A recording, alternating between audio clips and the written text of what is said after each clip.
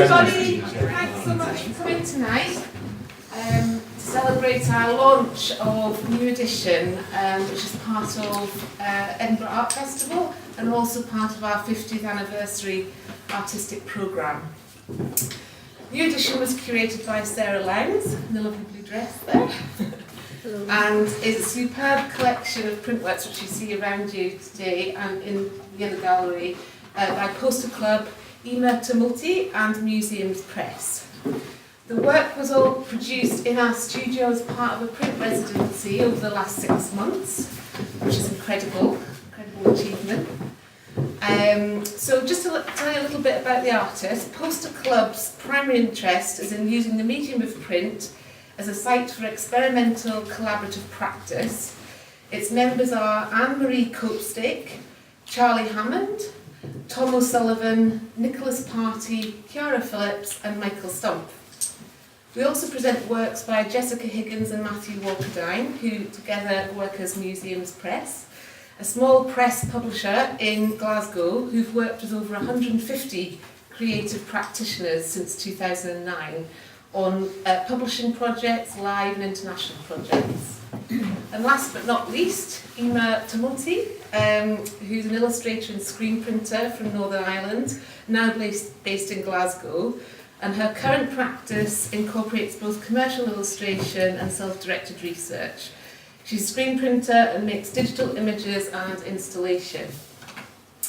So I'd just like to say that presenting this work by a new wave of Scottish-based artists working in print in our 50th anniversary year, which is a milestone for us, perfectly demonstrates our ongoing commitment to work at the cutting edge of interdisciplinary printmaking practice. And I'd like to introduce the curator, Sarah Lowndes, who we're delighted to have worked with on this project. Dr. Sarah Lowndes, are you allowed to say that? Yeah, sure. Sarah's a writer, curator, and is currently a lecturer at Glasgow School of Art.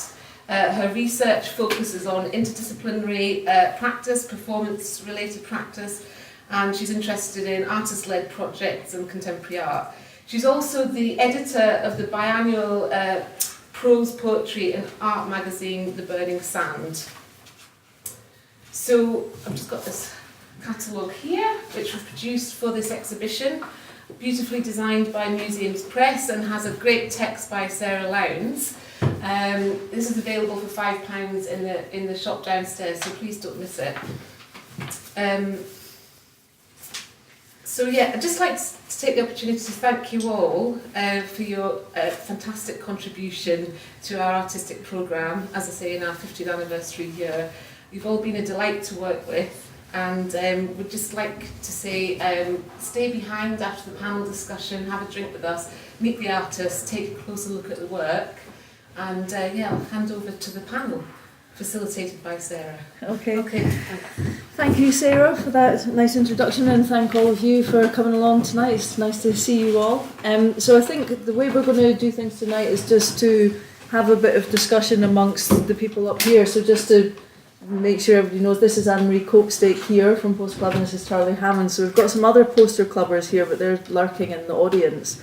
So they're going to chip in with the questions at the end, they tell us. And then we've got Emer here, and obviously Jessica and Matthew from Museums Press. So I think what we thought we'd start off by doing is just to ask the artists a bit about how they approached this project, because obviously Edinburgh printmakers came to me and said, would you like to propose a project for this special 50th anniversary year?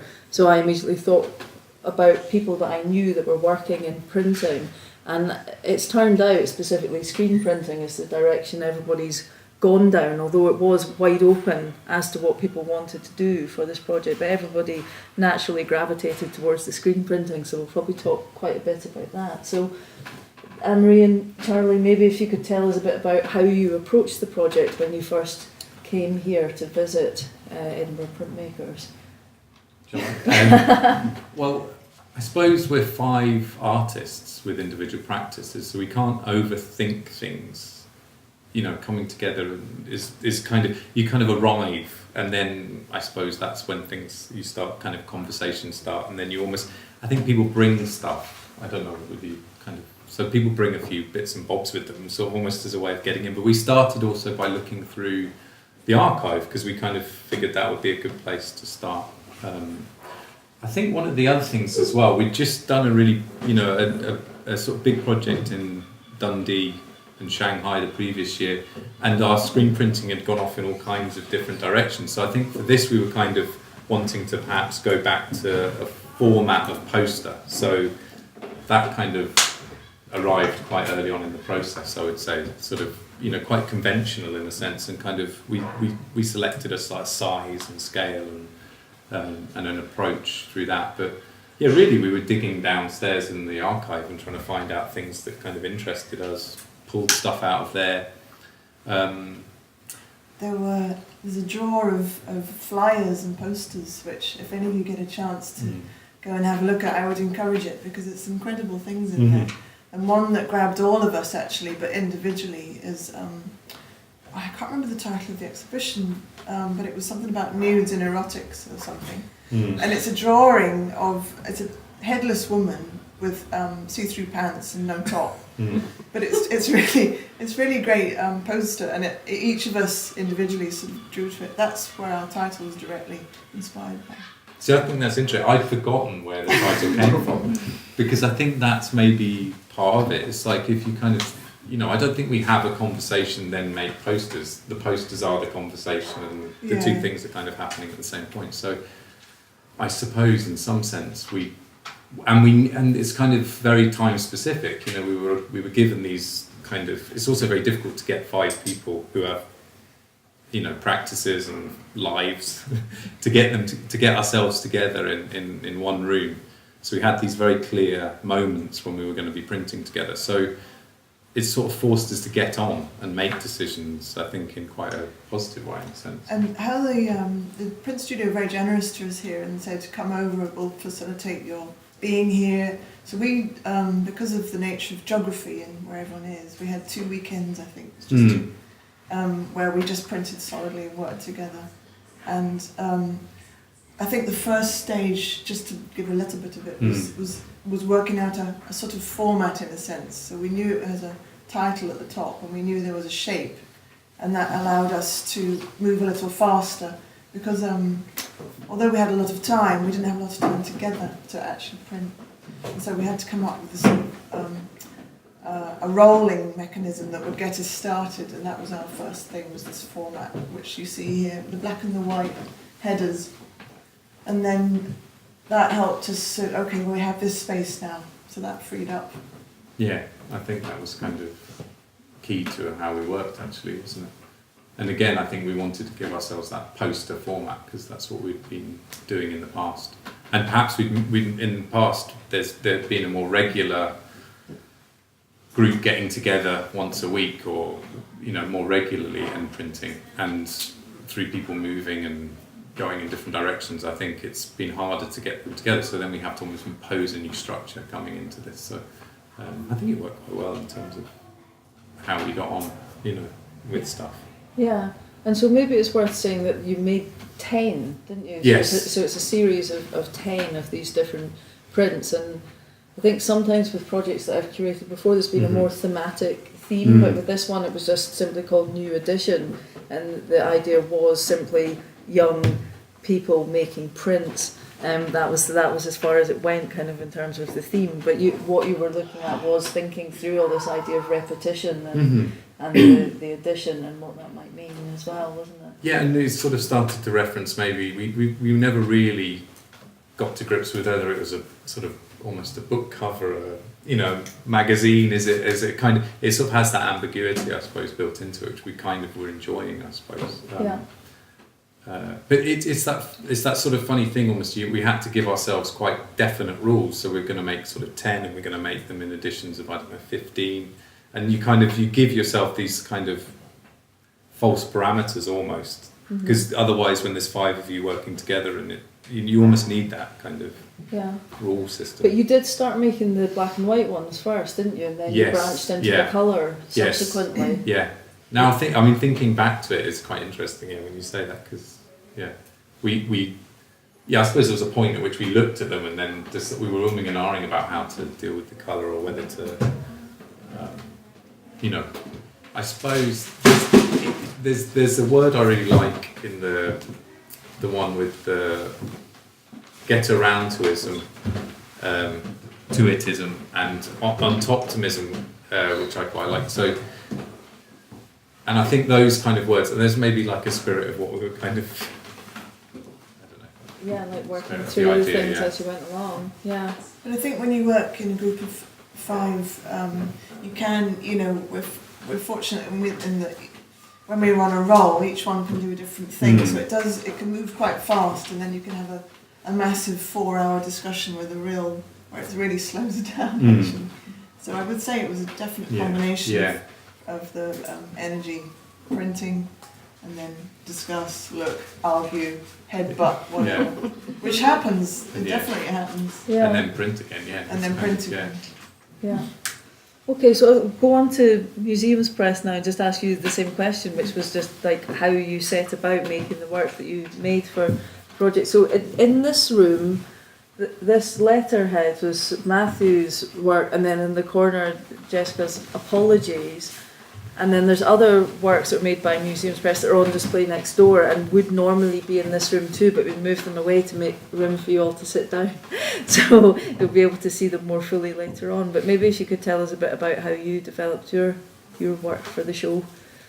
We started in the archive as well, just like Christopher, but not sort of, that was sort of agreed on, but I think it was because when we were thinking about how to approach it, because it was sort of as Museums Press, we worked together as Museums Press, we're always publishing for other people, so it's kind of a question of like how do we sort of make sort of work together. So we just sort of came with quite a sort of open, like just totally open to whatever, and then sort of asked to look in the archive. I don't know if we looked at the same things. We looked at sort of, they were just sort of boxes. And we boxes kind of looked at an ephemeral archive that's kept from day one, which is like, this was the very first letterhead, and it's got like consignment sheets of what prints they were selling at the time, and that goes from the first day of Edinburgh Printmakers, kind of a roller coaster of consistency up to like today. Because it was all just, it was mostly looking at like the things like letters, so like stationery.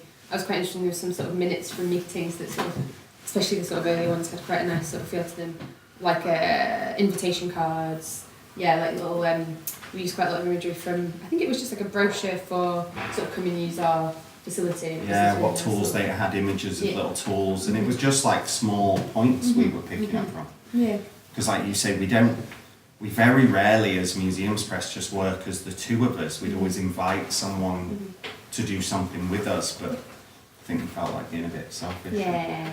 And also I guess it's important, I think what we sort of found, especially when we first came, was like, okay, we're not really printmakers. No. So we work in print, and I think that's why we sort of have to be involved but often sort of photocopying or sending something off to print, like a production kind of process, as opposed to sort of hand printing things. So it was a sort of a whole new, having to work out a whole new way of working.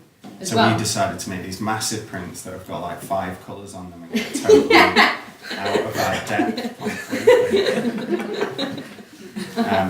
I think every time we were making something, it was like, well, how big can we go? How many can we make and what colours? Because we just really, I personally have never, I'd never even seen a screen exposed, or like etching and lithography and stuff. I'm aware of it, but we've done like bits, but like not in like a sort of print studio. It was not, we've done stuff sort of home style. Yeah. But no, it's a whole new thing. So I think we just sort of spent the week sort of trying to work with the like images that we found and we sort of the big prints, the sort of basis of them is sort of the sort of background is like sort of photographs from downstairs in the archive.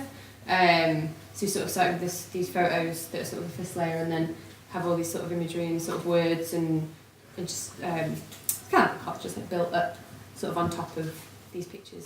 It was definitely a similar process to like Poster Club, where it was, let's have a look through, and the two of us kind of separated off and filtered through bits and pieces, and then talked about what we found, and then went off and scanned and talked some more, then printed, then talked some more. It's definitely It was definitely a process of. And I guess like the process of how we actually made the things isn't dissimilar to maybe like making like a book or a publication, because it was sort of used, like we didn't add to any of the material that we found. It was all reproductions of things that were actually found down in the basement. So it was kind of like you could sort of draw parallels to that kind of approach. I personally found it really hard to come to something with. I really had a hard time coming up with an idea. You know, because we started talking about making furniture and I just like what could we do that wasn't really printmaking? What could we print onto? Because I had a hard, because I'm a graphic designer and maybe not an artist, and maybe this is me being a bit bad on myself. I think I find it hard to like make something from nothing, so I needed to look at the archive almost to kind of start to generate visuals in my head. Yeah. So we had no idea what we were doing until we turned up on the first day.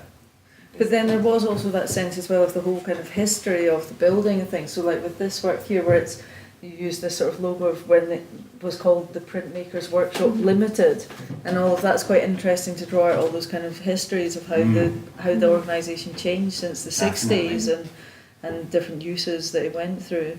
It's really funny looking at the logo over the years, and like now's logo is probably the closest, logo. That's the first one, and then it's gone full circle. Yeah, and still with the red. Kind of. Yeah.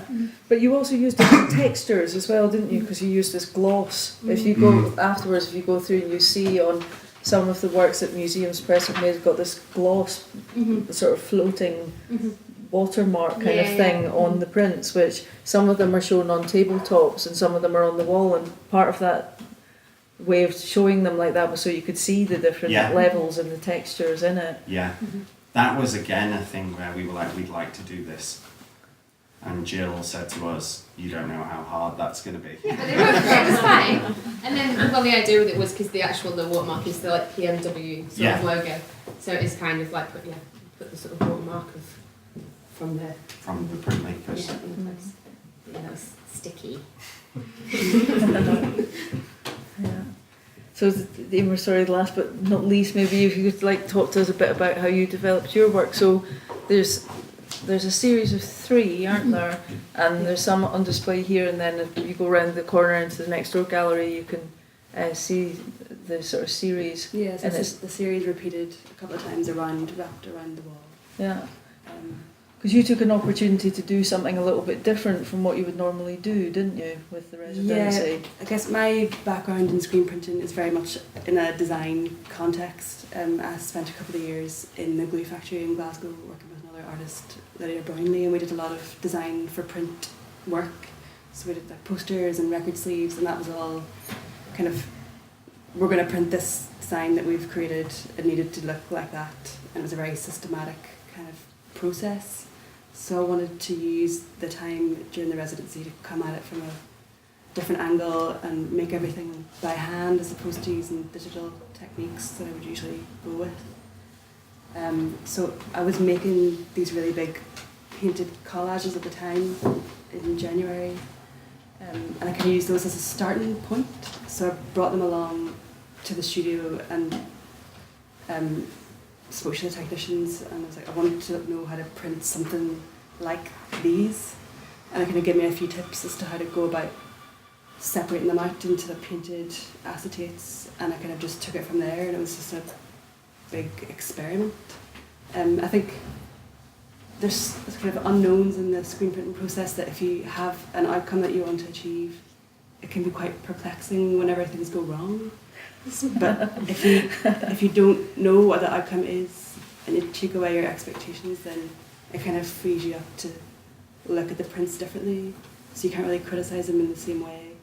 And no matter what you make, it's like, oh, that's kind of interesting, or I didn't realise that was going to happen, but I like that. And even throughout the process of making the prints, I was kind of like shifting the paper to kind of change the relationships between the colour layers as I went through each new print, kind of masking bits off and changing the transparencies of the ink and working with different papers as well, just to kind of really tease out as many different iterations of the print as there could be.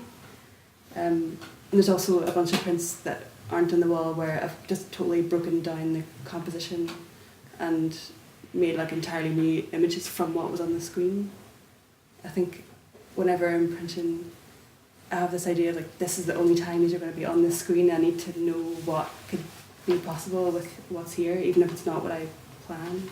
Mm-hmm. So yeah, I think those kind of leftover bits and the accidents are kind of as valuable as the proper prints that you kind of intended to make. Yeah.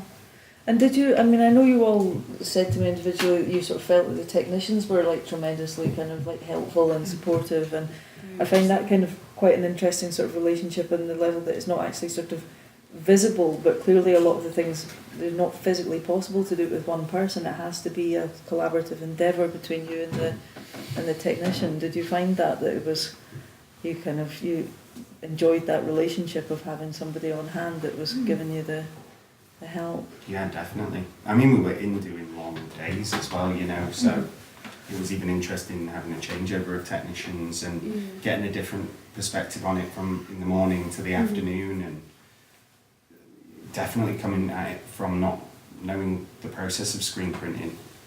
To have that input was like invaluable, really. And I think when you do, out of the size and materials that we use, you simply can't do unless you're in a workshop. And so the first people you go to are the people who use it every day, and they're invaluable, I think. I mean, all the people here have been amazing, actually. And I think that's, it's just, it's obvious the people who know and love the machinery or the whatever you're using, or the inks or something. Everyone's got a slightly different system. Yeah. So you just sort of slot into that, and then you're flying, really. Yeah. So although obviously Edinburgh Printmakers was the first open access printmaking workshop set up in Scotland, and then others followed in the wake in Glasgow and Dundee and Aberdeen and so on, why do you think it is that people are still so drawn and so attracted to printmaking? Because obviously we can see through the window every day tremendous hive of activity of people coming and going. What is it, do you think, about printmaking that people love so much? I don't think it's, maybe they don't love it more than other art forms, but because it's collective and because it uses big stuff, you have to have a workshop to house it, and so it's more obvious. Perhaps the collective, the community is more obvious who use it, whereas people who paint, maybe they're a bit more at home or in a studio or less. That's what my thought, anyway. I think in my naivety, having spent my sort of entire art practice in Scotland, I assumed that every city in the world has a print workshop, because you've got one in every city in Scotland. So it always strikes me when you go somewhere else and they go, oh yeah, we haven't got anything. If I've done a residency somewhere, or there's not that same open access kind of facility. They'll say, oh, there's something up at an art school, or there's something. So in that sense, I think we're lucky in Scotland. And it's kind of that we still kind of have that opportunity to keep making. And that's why it's attractive, I think. I think a lot of other cities could learn from Scottish model in a sense. And maybe just at the moment, I think it feels like there seems to be a slight resurgence, perhaps, in printmaking. I don't know, maybe. I think that's what I'm sort of driving at really with the question, is despite the fact that it's much cheaper in some senses to quicker, faster to do something in a digital way, people are still drawn to these kind of methods of making things by hand and screen printing and so on, and just wondered if you had any thoughts about why that might be. I think what Emer was saying about mistakes, I think that would be true. Yeah. That's probably the cornerstone of Poster Club. Digital's got a quality, but material has got another quality, and the two will always be different, and you'll always want them for different things, won't you? I think. But I just wonder whether the difficulty of the material is part of the attraction, the fact that it doesn't always do what you want it to do, whether that actually has got something to do with it, that you've got to kind of go through that kind of process of... I definitely think it's a lot to do with actually having your hands on it as well. I think in terms of like, just from spending time with students and saying, oh, this looks great on the computer screen, but why not print it out and go down to the print studio? And they do, and then they end up in there all afternoon because it's not something they've done before. And then they'll come to the next project and they'll be like, yeah, I'm going to screen print it. And you're like, well, it's not really, maybe not so appropriate this time. There definitely is something where you get like a relationship to it if you're like working on it and you've got all the different layers and you kind of, it's different, you get a much stronger relationship to the thing that you've made as opposed to sort of mocking it up on a computer and then, you know, getting a sort of a sort of print of it. It's maybe got like a bit, I don't know, gives its own sort of like life to it or something, just because of the process you've had to go through. And the sort of material and the sort of, it's more like tactile, isn't it? Yeah. There's an abracadabra moment to printmaking as well. So you have a kind of sudden kind of, it either works or it doesn't work, but there's a sudden thing that happens. So you do a lot of work, you print it, you look at it, and then, you know, you have that moment of kind of sudden kind of, I don't know, reveal in a sense. So maybe that's something that I kind of still think is exciting. It's probably the same reason that people are still processing photography and still, you know, these things won't quite die, you know, kind of,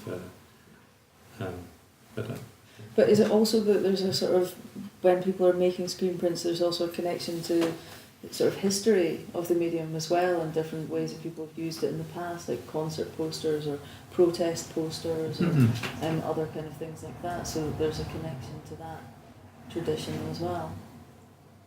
well, I suppose that's built into printed matter, I suppose, in the same way that, I suppose most mediums have that kind of history and how you work with that and how I suppose you acknowledge it, but you don't necessarily, I don't know whether... Well, it gives it, you know, if people look at digital print, you might be able to have more of an age of it, but I think perhaps there's a timelessness to using ink in a in your own way, which perhaps that's part of the appeal. Yeah. It's not as, you know, you push it, you can change the colour, you do all that, and that's the same thing that someone would have done like a long time ago. Well, with the process, obviously, but yeah. That was definitely a thing I noticed when we were down looking at like archives of catalogues from like the 60s and 70s, you know. They look closer to being screen printed than they do digitally printed, and there's just, because they couldn't digitally print it at the time, the ink quality and the paper, the way that sat on the paper and things like that. There is definitely a relationship to history with it. I like absolutely. I think that's a big part of what we do. Definitely is like, you know, it's printed matter, and that's important. And you know, I don't know. It's like, when was the last time like Facebook put a publication out? You know, it's like yeah. I mean, I wonder if there's also something to do with like collecting things as well. Yeah. There's a sort of sense that you might keep a really nicely screen printed poster or flyer where you wouldn't necessarily do that if it was something that's just been run off on a printer kind of thing, because it has a different quality to it. But I wonder as well whether there's something about it being quite democratic. Like obviously, screen prints are a bit more affordable than, you know, you mentioned like something like painting. You know, that necessarily you can sell screen prints for less, and you can post them in a tube, or, you know, stick them up on a wall, or, you know, they're a bit, because they're cheaper to produce, they're also easier to share with people too. Yeah, this is true. They can be very portable. Yeah, yeah, which counts for it. Yeah. So, well, I mean, we're sort of going on here, but I'd quite like to give other people the opportunity to, if they want to ask any questions. So we've got about sort of, you know, 15, 20 minutes or so. I thought it would be nice to ask if anybody wanted to ask any questions of any of the artists. If not, I can just keep asking questions. Yeah. Did we forget to say anything? Our other members. Yeah. Well, I wondered if I could ask, maybe I'm thinking more about Matt and Jess, having been making publications in probably quite big runs previously in some of your projects. I wondered what you thought about kind of lower number editions and those kind of pricing systems that are attached to kind of this more like arty medium or whatever. And I guess it's a question for everybody. Yeah. If I was perfectly honest, today when I was walking up the stairs with Judith, I asked her how to sign a number of print, because and why don't we do that? Cause Well, we used to sort of like number when we'd make like zines. You know, you just make 30, we used to number them. And after a while, we just sort of got to the point of like, what's the point of selling these? Like, not that I don't sort of think much about selling things for sort of any sort of great cost. but yeah, they were sort of £3, you know, like sort of like why are we numbering them? Not that I think that the number would add to it, but we just sort of stopped doing it. We just wrote addition off kind of thing. But I think we were talking the other day about like what's the price, you know, the things because often we'll often just sort of use digital printing means or like risograph, which is another process again, but again a sort of machine thing. It's very, very cheap, so we often sort of trying to sell things for like £1, you know, like so Yeah, we did have a discussion about the pricing of it, and there were all these quite interesting questions about if something is relatively scarce, if you've only made 5 and they took a long time to make, and chances of the circumstance coming together again to allow you to make 5 more are quite limited, then obviously you're going to charge a bit more than £1 for that. So I think I think that's a really good question, a really interesting one, because we were all talking about this yesterday actually, about the sort of question of like when you price something, you want to price it so that when it is sold, you're happy that it's sold and you don't wish that you just kept it for yourself. You know, so there's that question, like how will I feel if I sell all this and I don't have any left? Because obviously sometimes artists do that and they don't keep one back, and then years later think, oh, wish I had one of those still. You know, so there's that kind of question as well, but also of course wanting to make some money. So I think it's kind of it's an interesting kind of balance, and of course we went on the website and looked at different pricing points, and I think one of the great things about Edinburgh printmakers is that you've got such a spectrum of things that are very affordable and accessible for people who might be wanting to start collecting things, and then it goes like right up to things that perhaps it would be your more long established art collector would be investing in. So I think we're trying to find a point within that where everybody felt that they slotted, so it's kind of interesting I think process. For me, like in terms of just like edition size, from that being 500 to those being 5 in there, it still doesn't like really matter. I don't think, to me. I still think it's you made that and that exists. Whether it was 500, 5 or 1, I think it's a very similar thing. It's like how much something. I feel like I feel like it's almost like when I've thought about the different things we've got and like what we do. You know, it's like the sort of bigger things. There were lots of layers and there were a lot of process, so it does sort of feel natural to maybe make those a bit more expensive. You know, more like what you might expect it to be, as opposed to like stuff like maybe the sort of the things we've made that are just really sort of they're meant to be really simple and gestural. That they we have made more of them because they're easy to make. But even if we'd have just made like 1 or 2, it wouldn't have made a difference. And I feel like, it's more like the thing itself as opposed to necessarily the sort of. But there is the thing of the sort of scarcity, and it's tricky. Yeah. I mean, it happens to other mediums as well. You know, like you can edition video, or and these things are interesting discussions. I think across fine art practice. It's not meant to be a critical question. It's just it's a kind of curiosity. Yeah. But obviously saying something's part of an edition is also partly like a kind of serves as a marketing strategy, doesn't it? Because if it was an edition of 5 million, that wouldn't be quite as covetable as an edition of like 50. Well, so there was that a designer called Daniel Leacock made. He got a Guinness World Record for making the world's largest limited edition. He employed a series of assistants to sign 1 million postcards, and it was but he was after his world record. If you say it's limited, you know. You might only ever make some million. Yeah. I mean, I do think that the idea of the edition, I think, is quite an interesting idea, and obviously that like the title of the exhibition was partly a little bit a gesture to that sort of 1980s band called New Edition that had various lineups that changed over the years, but they were still New Edition, even though they weren't the original New Edition kind of thing. So I think that I find that quite interesting that, as Emer was saying, that you remake the print again and again, you take bits out and the colours change and things, but it's still an edition of the same print, but it bears not much relationship to the original one. I find that quite interesting too, sort of Theseus ship thing. You replace all the bits, is it still the same boat at the end? But it is, because it's all under this printmaking endeavour. Yeah, it's all in the same kind of ballpark. Did anybody else have any other question? Tom? Well, I'd just be interested to know what Edinburgh Print Studio think of the show.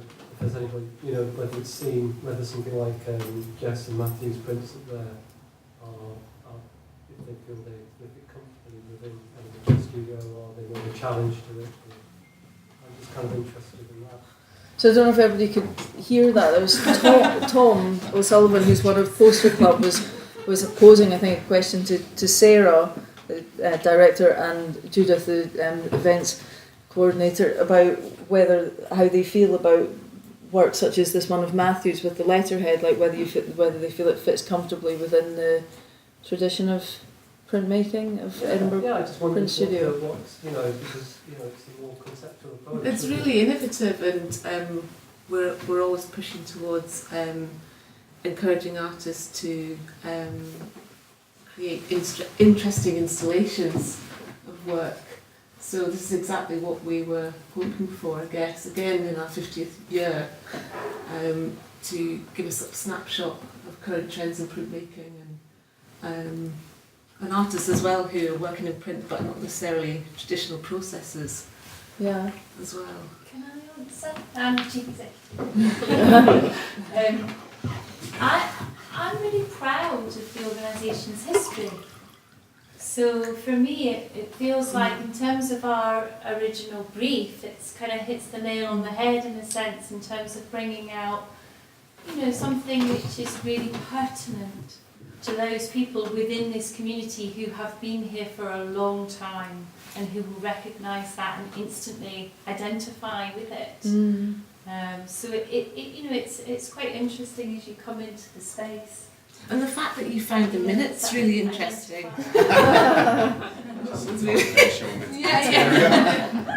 See those minutes. But I also find it quite interesting that when we first came and met you, you were very clear. You were like, well, if you want to print on the outside of the building, you can do that. If you want to print on wax, you can do that. It was completely open as to what people could do. There was no prescription put on it in that sense. So I think we were hoping that the work would be out of the frame as well, but we didn't want to sort of, prescribe that kind of. And I think the choices that have been made in the way that the work's put in the space, and that, obviously there's this collection of multiple prints here, but throughout the galleries the same prints are shown in different contexts but really don't appear the same. Really, it sort of reflects really nicely the multiplicity of printmaking as a medium. I'm sure that was a choice that was made. And just the interventions as well, picking out the sort of the window frames there. It's really interesting. And just framing that work within that space. It's interesting for us because we carry with us a lot of memories of a lot of artistic creativity in this space, in this building, and in previous venues, don't we? And some things like that, for example, are really significant to us because of the times that we've just been in, that's been out, and all the different configurations of the space. Somehow that has kind of marked that. But for us, I'm speaking for you, but for me, to have another curator come into the space and install the work with the artists is great. It's really refreshing and unexpected sort of choices and decisions.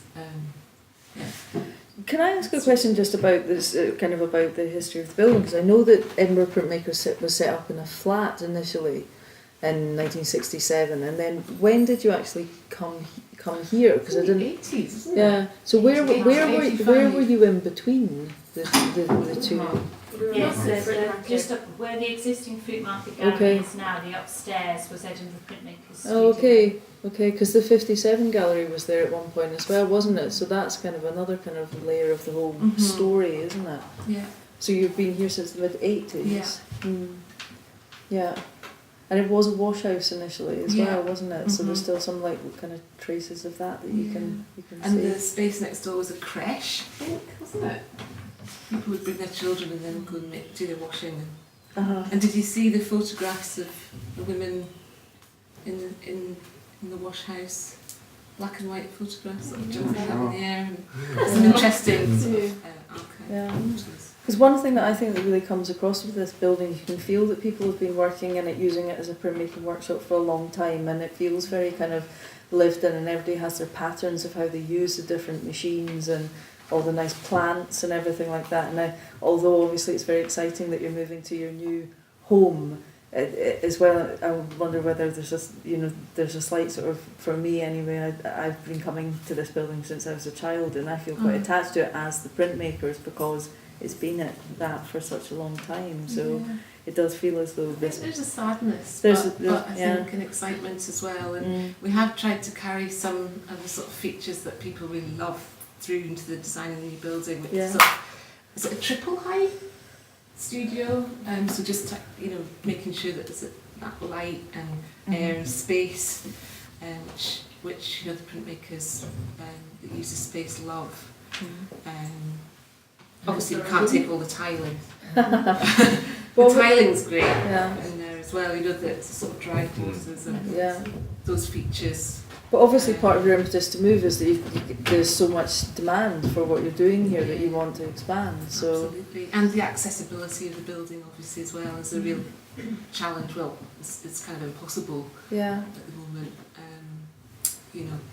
for people with definitely as you progress or mature as an arts organisation, it becomes more visible to you how you can benefit or feed into multiple channels in society, really. So I guess a lot of our expansion is about giving us additional space to do new things, really, to work with new community groups or organisations, or to find new ways to use the medium, I guess, and to interface with the community and the place that we're in. And give more opportunities to our artist members as well, because we'll have 2 galleries. So I mean, amongst the artists, part of the reason why I invited you all is you had all done projects with people that are sort of non-artists, non-designers, and I kind of wanted to talk about that a little bit, about how you'd used printmaking in different kind of contexts and things. And I know that Kira's kind of sitting in the audience there, but I know you've recently worked with children making prints, and I know you've done quite a lot of workshops, haven't you, with all different kinds of people. With various charities around Glasgow. Yeah, and you've as well done quite a few things where you invited people to come and make their own fanzines and things. I mean, do you feel that when you make printed matter, that's something that's particularly well suited to involving people that are non-artists, and why is that it's easier to get people involved in that?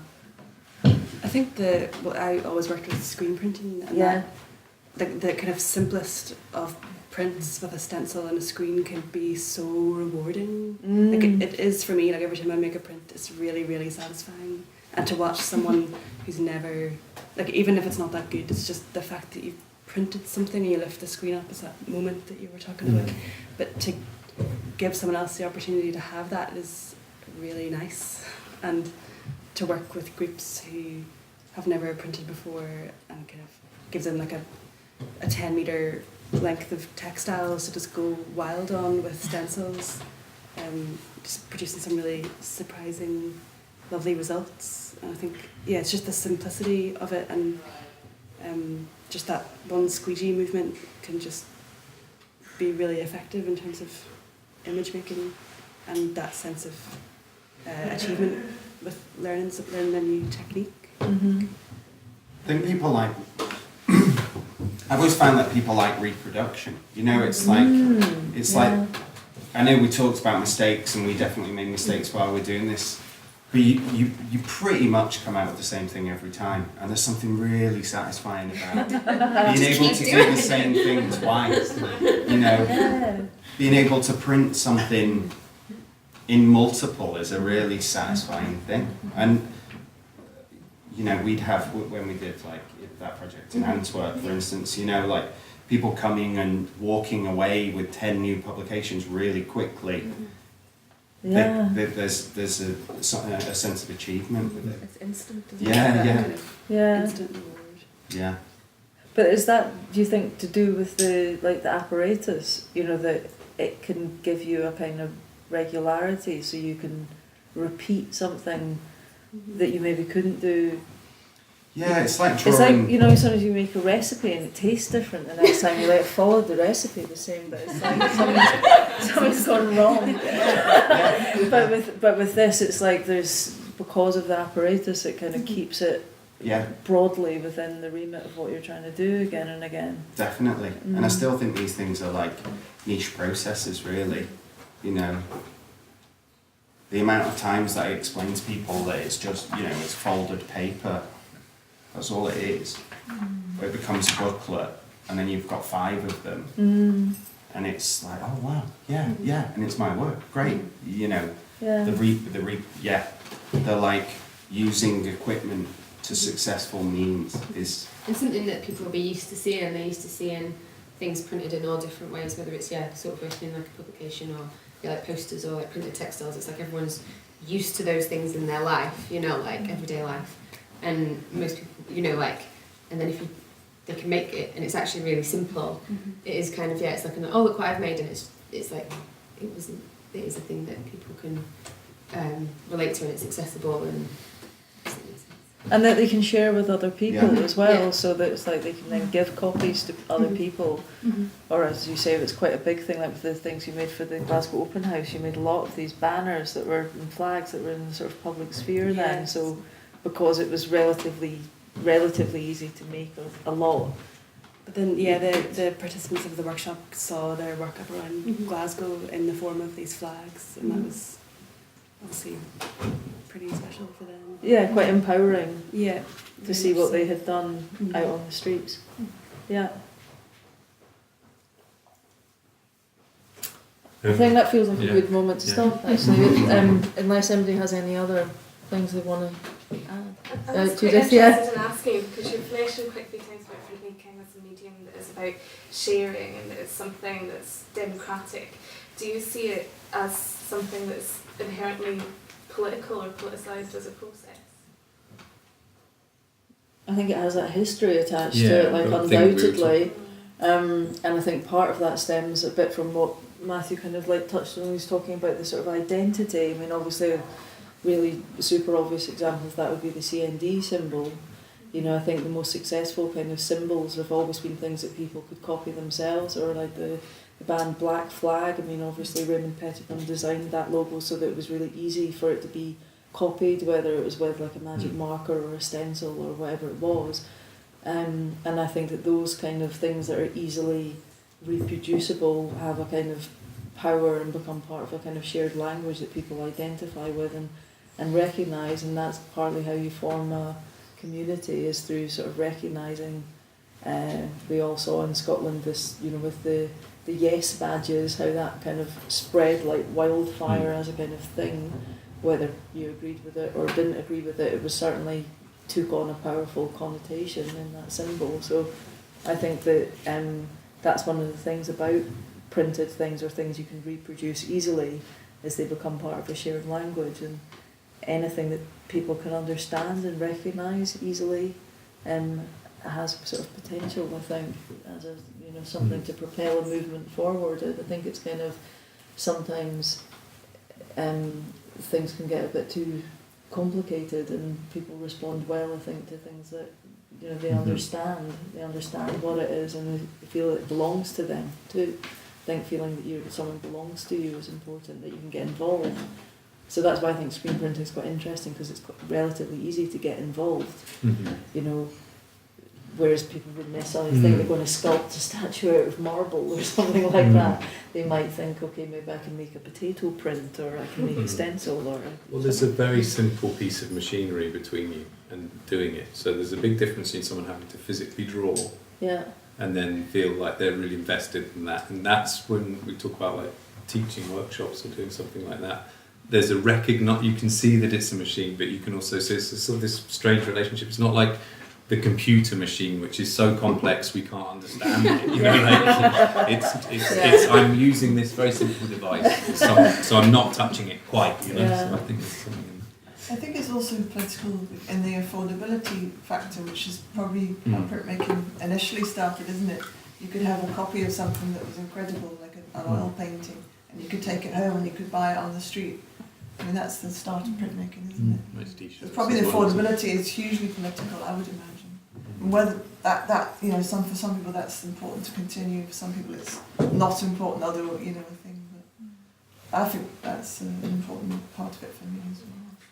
But I think it's also the combination of the image and the word is quite important as well, because I think that then you get more in it. This is apparently why like emojis are so popular, is because you can get across much more content with a picture than you can with words.